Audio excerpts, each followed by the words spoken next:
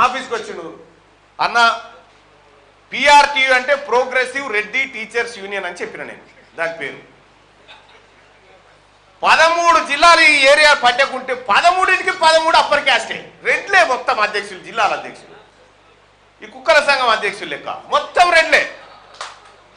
అయితే నేను నీ సంగతి చెప్తా బిడ్డ, నువ్వు ఎట్లా గెలుస్తావు చూస్తా అని చెప్పి నేను ఇస్తే, మా బీసీ బిడ్డలను గెలిపించుకుంటామని చెప్తే నా దగ్గరకు వచ్చిండు ఆయన మెల్లగా. ఎవరు? శ్రీపాల్ రెడ్డి గారు.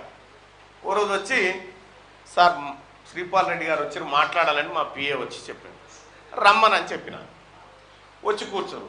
అన్న ఏం లేదన్నా, నువ్వు ఒప్పుకుంటే ఈ పిఆర్టీకి బీసీ ఆయనను అధ్యక్షుని చేస్తా అని వచ్చాడు. ఇక్కడ నేనెందుకు ఒప్పుకోవాలి? నేనేవని నీ సంఘానికి? సంఘం మీరు రెడ్డిలు పెట్టుకోరు, నేను ఒప్పుకుంటే బీసీ ఆయన చేస్తాను వచ్చిండు. అంటే ఏం చేయాలంటే ఏం లేదు, శ్రీపాల్ రెడ్డి మంచోడు, బీసీలంతా శ్రీపాల్ రెడ్డి కోటయ్యరని మీరు చెప్తే ఈయనను అధ్యక్షుని చేస్తాను. ఇక ఆడికి వచ్చినటువంటి మన బీసీ ఆయన లోబడ మనిషి అట్లే ఉన్నాడు, ఇంకా లోబడ మనిషి అట్లే ఉన్నాడు, ఆయన చంపలే లోబడ ఆయనని. ఆయన అట్లే ఉండి చాలా పవర్ఫుల్ అన్న పిఆర్టీ అధ్యక్షుడు అంటే అని అంటున్నాడు. నువ్వేం చేస్తున్నావు అంటే నేను ఎమ్మెల్సీకి నిలబడ్డా. హ్యాగ్గా గత పవర్ఫుల్ నీతోటి ఏడవుతుందా, అది ఆయనకి ఇచ్చే, ఇది నువ్వు తీసుకో అని చెప్పిన. అట్లొద్దు అంటాడు ఆయన శ్రీపాల్ రెడ్డి, అట్లొద్దు, అట్లా కాదు అంటుడు. పిచ్చోడా, అది పవర్ఫుల్ అయితే నీకెందుకు ఇస్తారు?